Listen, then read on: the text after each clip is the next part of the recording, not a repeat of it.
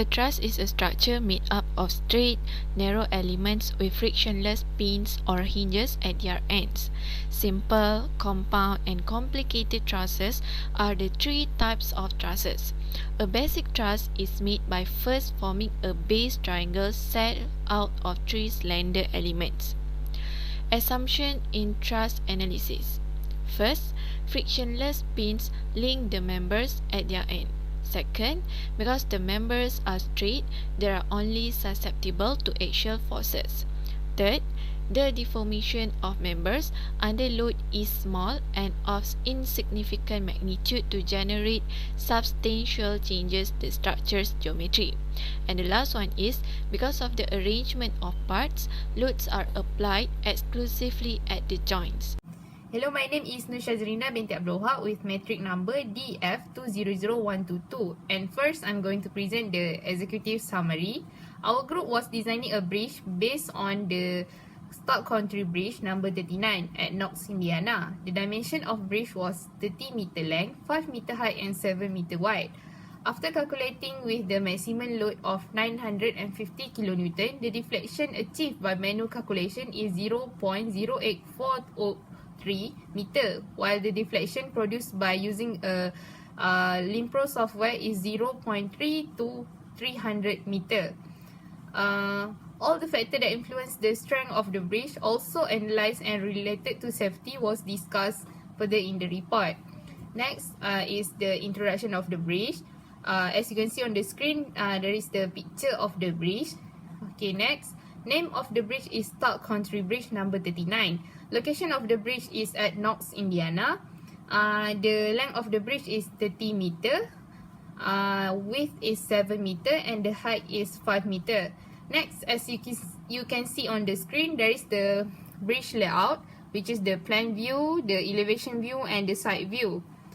And then next is the degree of determinacy. The number of member of the bridge is 33. The reaction number is 3 and the joint is 18. After we calculate using the formula M plus R equal to 2J, we get the 36 equal to 36, which is statically determinate. Assalamualaikum warahmatullahi wabarakatuh. I am the next presenter. My name is Nur Mizatul Anissa Johalmi. My metric number is DF200109. For my part, I will explain the part 2, which is analysis, where manual calculation and determine internal forces in each truss members and its deflection. First is the structure idealization. For this project bridge specification, the length of the bridge is 30 meter, its width is 7 meter, its height is 5 meter, the panel length is 5 meter, the flooring is RCC slab with 200 mm thickness, and its floor finish is 1 kN per meter square. The unit weight of concrete used is 25 kN per meter cube, refer from table 1.1. The number of traffic lanes of this bridge is 2, and the width of each lane is 3.5 meter. Next is the degree of determinacy of this bridge. This bridge have 33 members, 3 reactions and 18 joint. By using the equations of degree of determinacy for trusses, we get the results of the equation is M plus R equal to J, which identify this bridge is statically determinate. Next is the determinations of live loads. Before we proceed to the calculations of live loads, we need to know that standard normal highway loading is known as HA loading and the standard abnormal highway loading is known as HB loading. In this bridge project, we assume that this bridge experiences only HA loading. For HA loading, it comprises a uniform distributed load combined with a line load across the width of each traffic lane.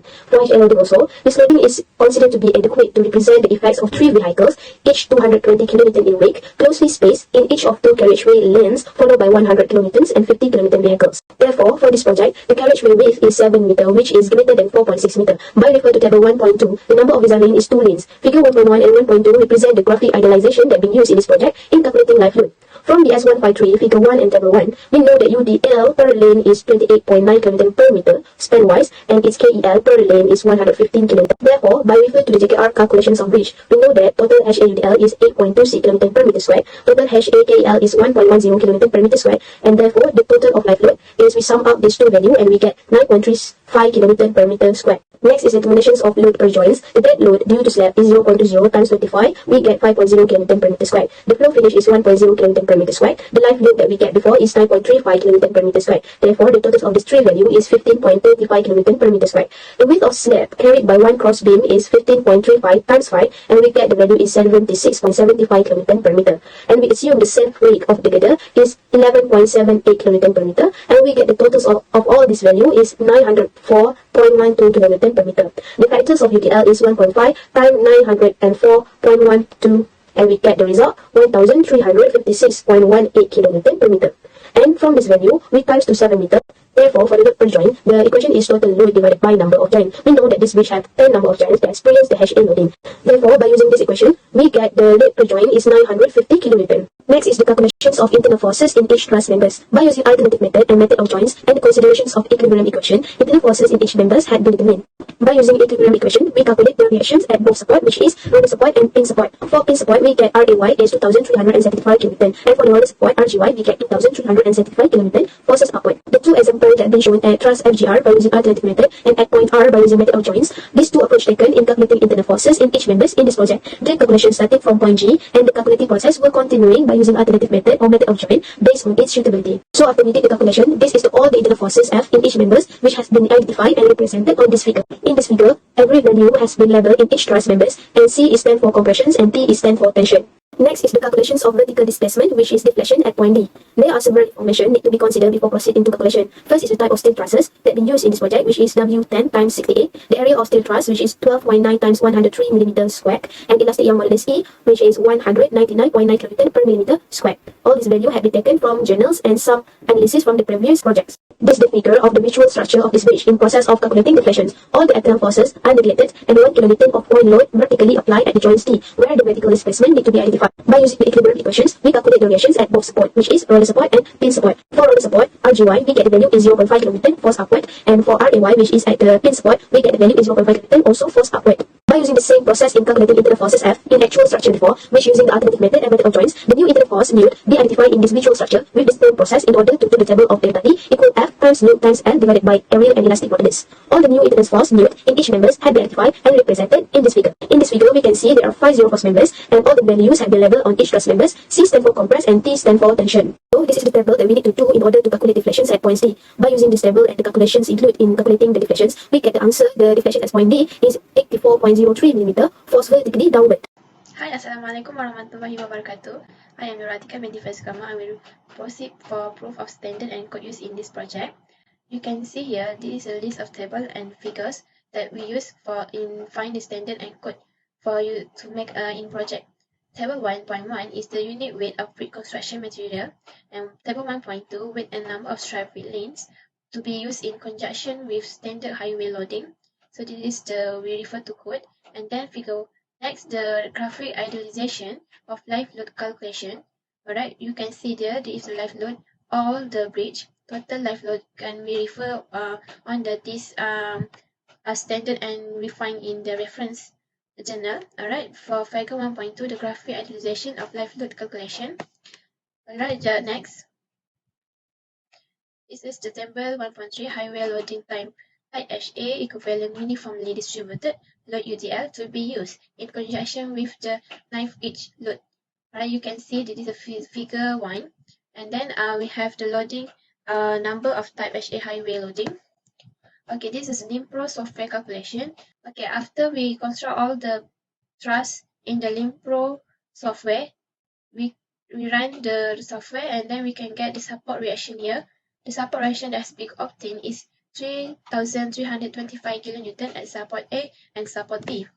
Net deflection at D, so the deflection of the trusses, the value obtained for the deflection at joint T is 0.32300 meter. And the last one, we can get the axial forces from every member. So the blue color is the tension, and this is the compression, and tension, compression, tension, compression. So we can here is the value of the compression and the value of tension here in every member of trusses. Hi, my name is Nur Aisha Amira binti Mat Isa. My metric card number is CF2009. Firstly, here is the comparison between the manual calculation and LIMPRO software for deflection. After we obtain all the value, then we have to compute this table. By using the formula, the value of deflection is 84.03 mm. Okay, next, this is the free body diagram for the deflection.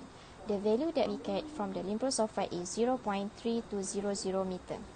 Okay, next, here is the slide for the comparison between the manual calculation and LIMPRO software for axial force.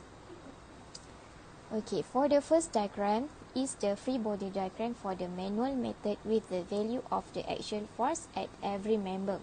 And the down below is the free body diagram from the LinPro software. The blue color shows that it is compression and the red color is tension. Okay, so next, here is the table shows that the difference between the calculation for the manual method and the software method for the axial force. From the table, the average percentage difference is 0.99. Right, next, so for the discussion, as my friend mentioned before, our group was designing a bridge based on the Stark Country Bridge, number 39 knots Indian, with precise dimensions of 30 meter length, 5 meter height, and 7 meter wide. Our team chose one of the most basic truss bridge design while keeping strength and stability in mind. We can use the equilibrium equation to calculate direction forces for the bridge model because it is simply supported at both ends. Maximum deflection obtained using two different methods is shown below. There are a few factors that influence the outcome of the manual calculation and the software. Firstly, this could be due to the assumptions we made during the manual calculations as well as calculation errors. Following that, there may be a few errors that occur during the calculation, resulting in different answers for both methods. Based on the both calculations, we can conclude that the difference is due to the value of the modulus of elasticity used in both calculations. However, software is faster and saves more time than the manual work. The software requires only the location of the member, its size, the load, and the types of support to be entered. The software system can automatically calculate the support fraction, the axial force of the member, the deflection, the shear force diagram, and the bending moment diagram.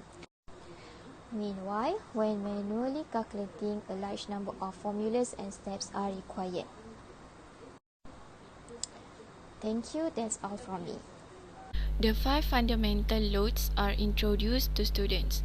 First, compression, second, tension, third, shear, fourth, bending, and the last one is torsion. They learn about the various types of stress that each force produces on object. Engineering connection. When constructing structures, engineers examine the effects of a variety of forces, predicted use of the structure, expected weather exposure, and the type of soil it will be built on are all factors that influence design considerations. Engineers choose which materials and design ideas are appropriate for structures and equipment by evaluating how much and what types of stresses each material can endure without failing.